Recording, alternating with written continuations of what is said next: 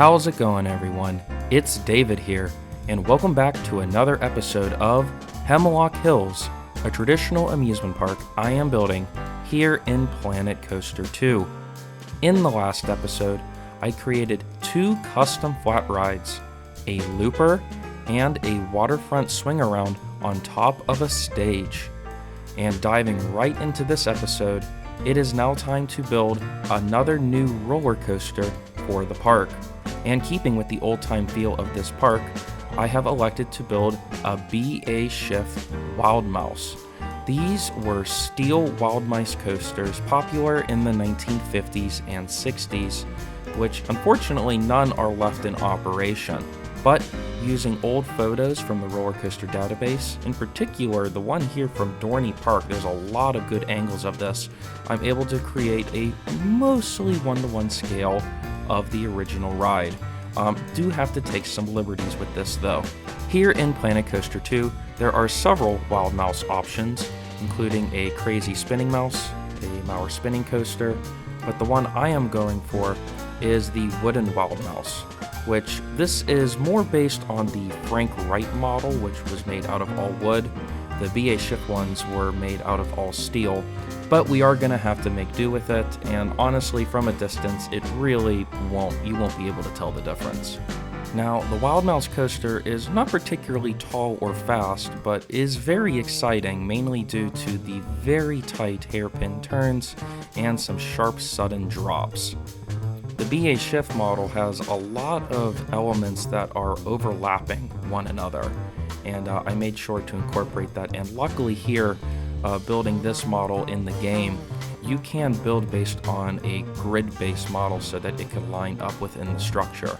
One notable feature I found on a lot of these BA Schiff Wild Mice coasters were that they had separate load and unload platforms.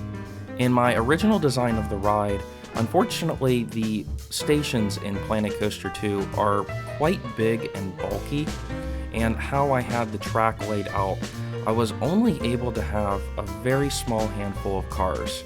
And then on my second attempt, I kept having the cars valleying in between stations, and thus the ride could not properly operate. So I had to adjust the position of some sections of track, including the load and unload station, and using some drive tires in between, I was able to finally get it, and for this final model, it's able to operate up to 6 vehicles. And what I like about Wild Mice coasters, old and new, is whenever there are a lot of vehicles on the track, it really adds a lot of exciting and kinetic energy to the ride and the surrounding area of the park.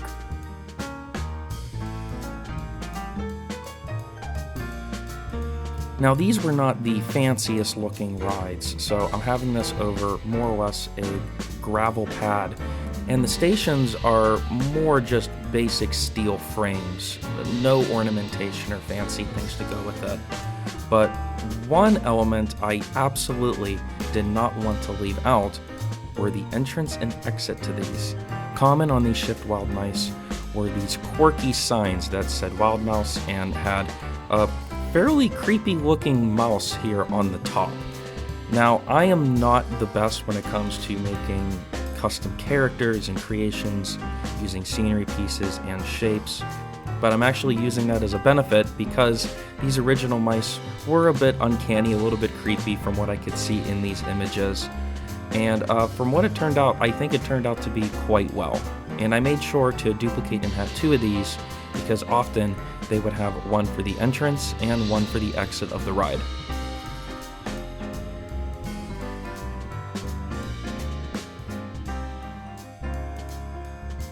So we don't have guests going into restricted or potentially dangerous areas, need to add a fence. And I decided to go with a very unappealing chain link fence. After all, this would most likely come with the ride. Some of these were portable or not meant to last super long, so I think it'll fit just fine. And I think that's going to do it here for the Wild Mouse. A small, simple ride, but I'm quite pleased with how it turned out, especially with the custom stations and the entrance and exit signs I've made. And I opened up to guests, and it seems to be quite popular.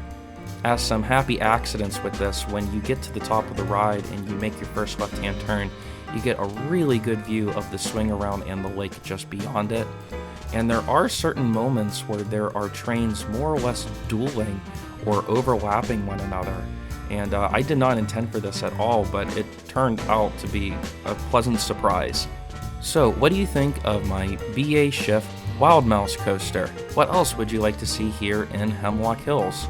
Leave your thoughts down in the comments. If you enjoyed this video, make sure you like it and subscribe for more gaming and amusement park content. And with that being said, thank you all for riding, and I'll see you next time.